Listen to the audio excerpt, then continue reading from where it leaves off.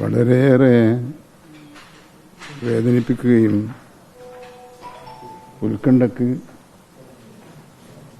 വഴിവെക്കുകയും ചെയ്യുന്ന വാർത്തകളാണ് കഴിഞ്ഞ കുറേ ദിവസമായി വയനാട് മേഖലയിൽ നിന്നും വന്നുകൊണ്ടിരിക്കുന്നത്. വന്യജീവികളുടെ നിരന്തരമായ അക്രമത്തിന് വിധേയരായി അവിടുത്തെ മനുഷ്യർ കൊല്ലപ്പെടുകയും കൃഷി നശിക്കുകയും ചെയ്തുകൊണ്ടിരിക്കുകയാണ്. വനംവകുപ്പ് ചെയ്യാവുന്ന നിയമപരമായ എല്ലാ നടപടികളും ത്വരിതഗതിയിൽ സ്വീകരിക്കുന്നുണ്ടെങ്കിലും അതിന്റെ പ്രയോജനം ജനങ്ങൾക്ക് ലഭിക്കുന്നില്ല എന്നതൊരു വസ്തുത തന്നെയാണ്.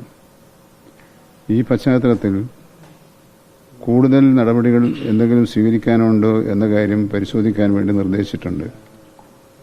നമ്മൾ ഇപ്പോൾ ചെയ്തു വരുന്നത് കൂടുതൽ ദൗത്യസംഘത്തെ അയച്ചുകൊണ്ട് ഈ ഇത്തരം വന്യമൃഗങ്ങളെ പിടികൂടുകയോ കാട്ടിലേക്ക് തിരിച്ചയക്കുകയോ പിടികൂടി സംരക്ഷിക്കുകയാണ് ചെയ്യുന്നത്.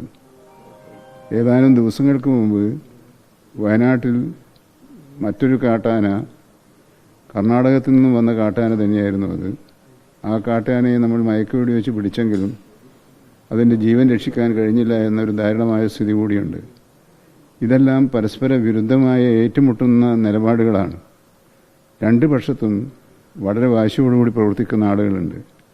ഇന്നലെ ഒരു ചാനൽ നടത്തിയ ചർച്ചയിൽ ആനസ്നേഹികളുടെ ഭാഗത്തു നിന്നും വളരെ രൂക്ഷമായ വിമർശനമാണ് വനം വകുപ്പിനുണ്ടായിട്ടുള്ളത്. വനം വകുപ്പ് പിരിച്ചുവിടണമെന്ന് വരെ അദ്ദേഹം അതിന്റെ പ്രയാസം കൊണ്ട് പറഞ്ഞു പോയതായിരിക്കുമെന്നാണ് ഞാൻ കരുതുന്നത്. അത്തരത്തിലുള്ള ഒരു ഗുരുതരമായ സ്ഥിതിവിശേഷം അവിടെയുണ്ട്. ഒരു ഉന്നതതല ആലോചനാ യോഗം നമുക്ക് ഇപ്പോൾ തന്നെ കൂടാൻ വേണ്ടി കഴിയുമോ എന്നാണ് ആലോചിച്ചുകൊണ്ടിരിക്കുന്നത്. അതിനുള്ള നടപടികൾ സ്വീകരിക്കാൻ നിർദ്ദേശിച്ചിട്ടുണ്ട്.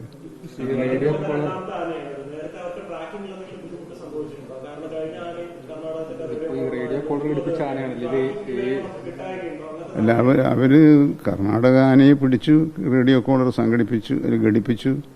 ആന സഞ്ചരിച്ച് കഴിഞ്ഞ തവണത്തെ പോലെ തന്നെ ഇപ്പോൾ കേരള വയനാട്ടിലാണ് എത്തിച്ചേർന്നിരിക്കുന്നത്. അല്ല, അതിന്റെ കൃത്യമായ വിവരം ലഭിച്ചുകൊണ്ടിരിക്കുന്നേ ഉള്ളൂ. കാരണം ഇപ്പോൾ പെട്ടെന്ന് അവിടെ പരിക്കേറ്റവരെ സഹായിക്കുകയും ആശുപത്രിയിൽ എത്തിക്കുകയും ചെയ്തൊക്കെ തുടങ്ങിയ കാര്യങ്ങളിലാണല്ലോ ഏർപ്പെട്ടിട്ടുള്ളത്. കൂടുതൽ വിവരങ്ങൾ ലഭിക്കുന്നതേ ഉള്ളൂ. കൂടുതൽ വിവരങ്ങൾ ലഭിച്ചാൽ അത് നിങ്ങളുമായിട്ട് പങ്കുവെക്കാം. കഴിഞ്ഞ ദിവസം വനം വകുപ്പിന്റെ ഒരു ഉന്നത ഉദ്യോഗസ്ഥ വാർത്താ സമ്മേളനം നടത്തി തന്നെ പറഞ്ഞിരുന്നു ഇതുപോലെ റേഡിയോ കോളർ ഘടിപ്പിച്ചൊരു ആന മേഖലയിലൂടെ വരുന്നുണ്ട് എന്ന്. അതെ, നടപടിയൊന്നും എടുത്തിരുന്നില്ല. അല്ല, വനത്തിനുള്ളിൽ കയറി വന്യജീവിയെ തുരത്താനുണ്ട്. ബോർഡറിൽ ഇന്നലെ ഇപ്പോൾ അർദ്ധരാത്രിയിൽ എത്തിയത്. അതുമുതൽ നമ്മുടെ ഉദ്യോഗസ്ഥന്മാർ അവിടെ ഉണ്ടല്ലോ. ആന എത്തിയതിനെ തുടർന്ന് തന്നെ എത്തി എന്ന വിവരം ലഭിച്ചാൽ അവരൊരു കേന്ദ്രത്തിൽ നിന്നും ഈ ലക്ഷ്യസ്ഥാനത്തേക്ക് എത്തണമല്ലോ. അതിനുള്ള സാവകാശം, സ്വാഭാവികമായി ഉണ്ടാകുന്ന സാവകാശം എന്നതിൽ കവിഞ്ഞ് നമ്മളിപ്പോൾ കർമ്മനിരതരായിക്കൊണ്ടിരിക്കുന്ന അവരുടെ ആത്മവിശ്വാസത്തെ തകർക്കുന്ന വിധത്തിലുള്ള ഒരു വർത്തമാനവും പറയാൻ പാടില്ല. ജനങ്ങളുടെ ഭാഗത്തു നിന്നും കൂടുതൽ സഹകരണം ഉണ്ടായാൽ മാത്രമേ ഈ പ്രശ്നം നല്ല നിലയിൽ പരിഹരിക്കാനാകൂ.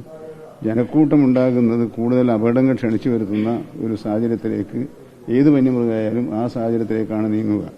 അതുകൊണ്ട് കുറെ കൂടി സൗമ്യമായി ഉദ്യോഗസ്ഥന്മാരുമായി സഹകരിച്ച് ജനപ്രതിനിധികളുമായി ചർച്ച ചെയ്ത് നടപടികളുമായി മുന്നോട്ട് പോവുകയാണ് അവിടെ സ്വീകരിക്കാൻ കഴിയുന്ന ഏറ്റവും ഫലപ്രദമായ മാർഗം എന്നാണ് എനിക്ക് തോന്നുന്നത്.